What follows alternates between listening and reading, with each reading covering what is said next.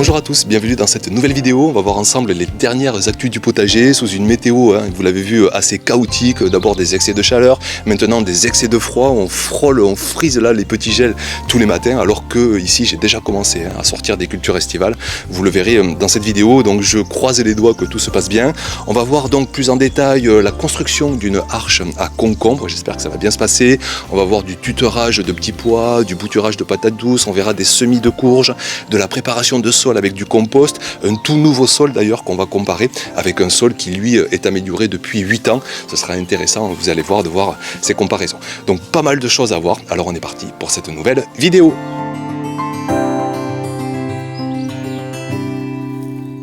Alors même s'il ne fait pas très chaud en ce moment, tous les jours je commence quand même à préparer petit à petit mon potager d'été, que ce soit à construire des structures, à semer, à planter les premières cultures estivales. Donc là je vous parle d'une future structure à concombre. Je pars sur le principe d'une arche. Alors c'est un grand mot, vous allez voir, c'est une structure très modeste. J'achète aucun matériel, je fais que avec des matériaux, des piquets que j'ai utilisés dans les années passées. Donc concrètement je vais me servir de treillis. Moi je trouve cette solution vraiment chouette pour faire grimper des cultures. Il faut juste faire attention aux extrémités qui sont un peu pointues, un peu rouillées. Il faut les recourber ou mettre des bouchons en liège. Donc je vais avoir besoin de 5 treillis et puis je vais me servir de piquets en bois que j'ai stocké des années passées. Donc j'amène tout ça dans une partie vraiment assez ombragée du potager. Les concombres, j'en ai déjà parlé, j'ai fait des tutos à ce sujet. C'est une des cultures qui apprécie au mieux la mi-ombre. Elle déteste la chaleur, elle déteste la sécheresse. Alors sitôt que vous avez un climat chaud comme le mien en été, c'est vraiment appréciable pour cette culture qu'elle soit installée à la mi-ombre. Donc je me mets dans un coin très ombragé. Je commence par planter tout simplement à coups de massue 2 gros piquets en bois. Et puis par la suite, je vais y accrocher des treillis. L'avantage c'est qu'on peut les empiler facilement. Donc je les mets en longueur. Un qui va faire 1 mètre de hauteur. Et par-dessus je mets le deuxième. Et comme ça on arrive rapidement à 2 mètres de hauteur.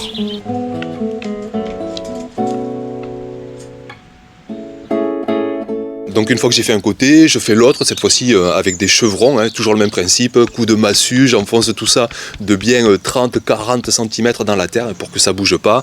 J'installe mes treillis et en hauteur, pareil, je mets un treillis pour rejoindre les 2 côtés et en moins d'une demi-heure, je me retrouve avec une structure qui m'a rien coûté. C'est l'avantage d'avoir des matériaux durables, que ce soit des bons piquets, des chevrons, des treillis. Bon, ça fait des années et des années que je les ai, ça ne coûte pas grand-chose, enfin ça coûte un petit peu à l'achat, mais au moins on peut les amortir sur plusieurs saisons. Donc cette structure, je l'ai finie, c'était il y a 1 semaine, on était vraiment en pic de chaleur et avec l'optimisme du jardinier du mois d'avril quand il fait chaud, eh bien je me suis décidé à sortir mes plants de concombre que j'avais déjà dans la serre et je les ai directement implantés au pied de cette structure. Donc j'ai mis 6 plants.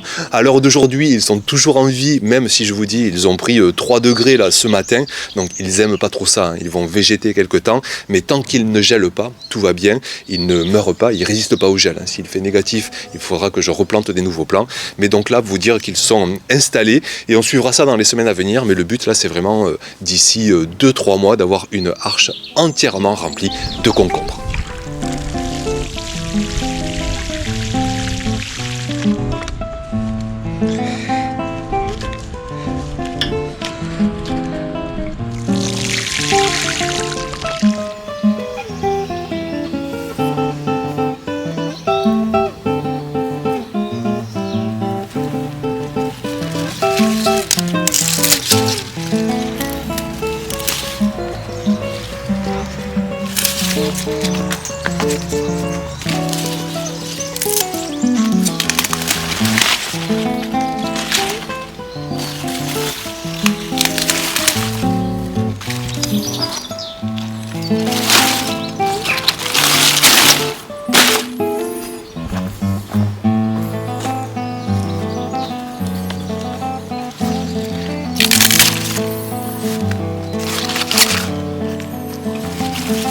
Alors maintenant je vous montre une culture de petits pois qui commençait un petit peu à avoir mauvaise allure parce qu'en plus d'avoir des excès de froid, des excès de chaud, on a eu aussi des excès de vent et les plantes de petits pois commençaient à se détacher de mon grillage central. Alors dans ce cas là, ce que je fais, je prends une grosse bobine de ficelle que j'ai et je fais tout le tour de la culture pour l'embobiner en fait, l'empaqueter, l'enficeler pour la maintenir en fait contre le grillage central, contre le tuteur que j'ai mis entre les 2 rangées. Et comme ça va me permettre vraiment de maintenir maintenir les plants bien droits, même quand il y a du vent, parce que là en plus on a une variété grimpante qui va monter à près de 2 mètres, donc ça va être assez conséquent et il faut vraiment la maintenir. Donc j'embobine et puis par-dessus, comme j'ai que 1 mètre de grillage, et bien par-dessus je fais des traversées d'un poteau à l'autre avec toujours cette même ficelle pour faire un semblant de grillage, mais un grillage en ficelle en fait, pour que les plants attaquent maintenant le 2e mètre de hauteur et d'ici 15 jours, 3 semaines, on devrait commencer à avoir les premières fleurs et rapidement les premières récoltes.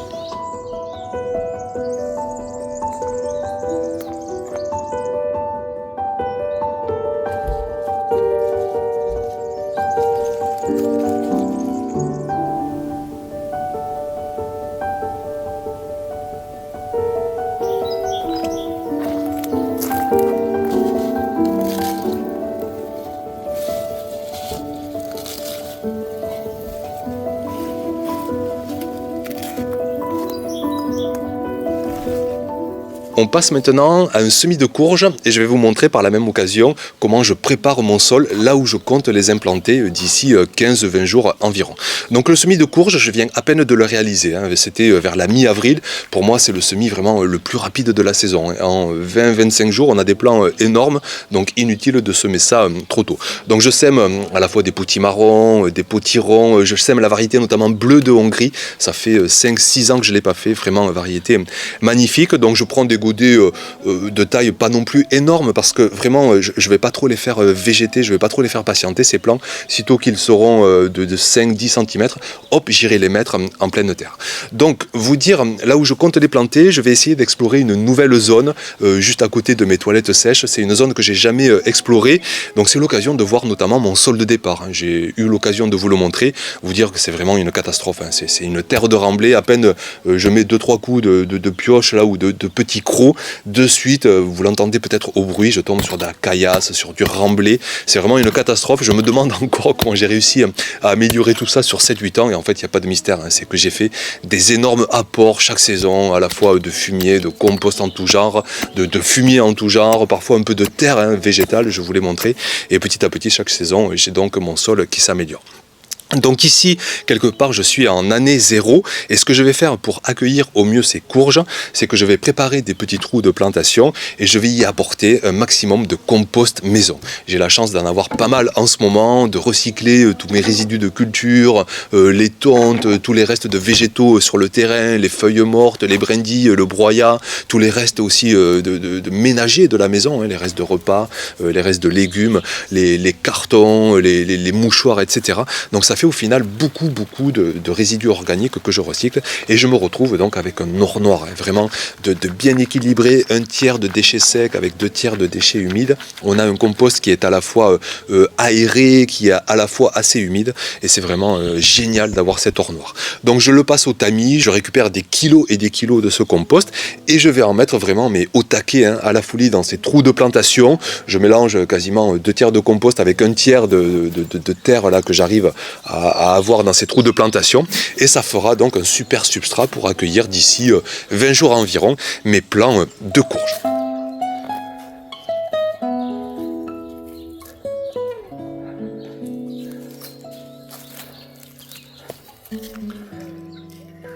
Et puis pour continuer sur cette thématique de sol, on va continuer à aller l'observer, notamment sur d'autres parcelles qui sont, elles, amendées, améliorées depuis de nombreuses et nombreuses années.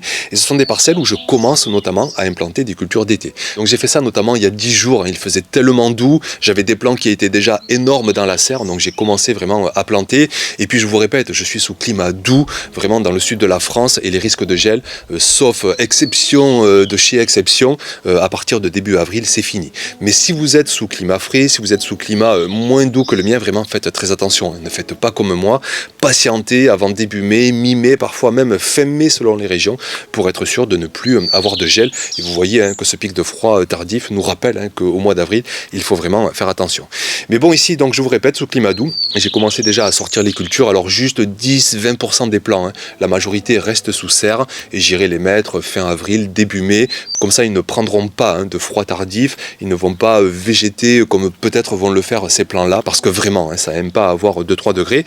Donc je plante dans ces parcelles et vous voyez là que le sol n'a rien à voir. On a un mélange de matière organique compostée de toutes ces dernières années, de fumier, de compost, un peu de terre végétale. Et c'est vraiment un total régal de planter tous ces plants, que ce soit tomates, aubergines, poivrons, piments, courgettes. C'est parti donc pour les premières plantations de cultures estivales en extérieur.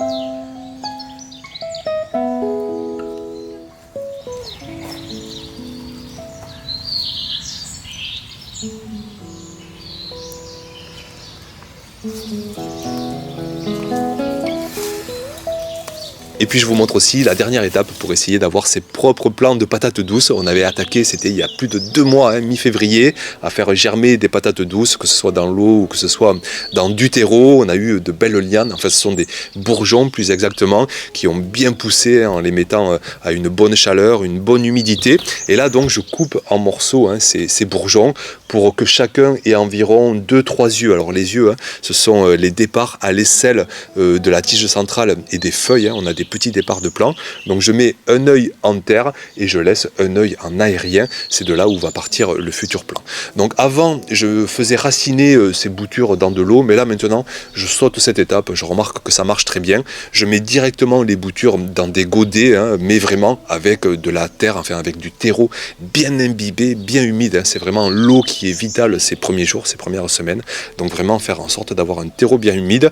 Et d'ici, 3 semaines maximum, ça va aller assez vite, on aura déjà des beaux petits plants de patates douces qu'on pourra commencer à implanter en extérieur.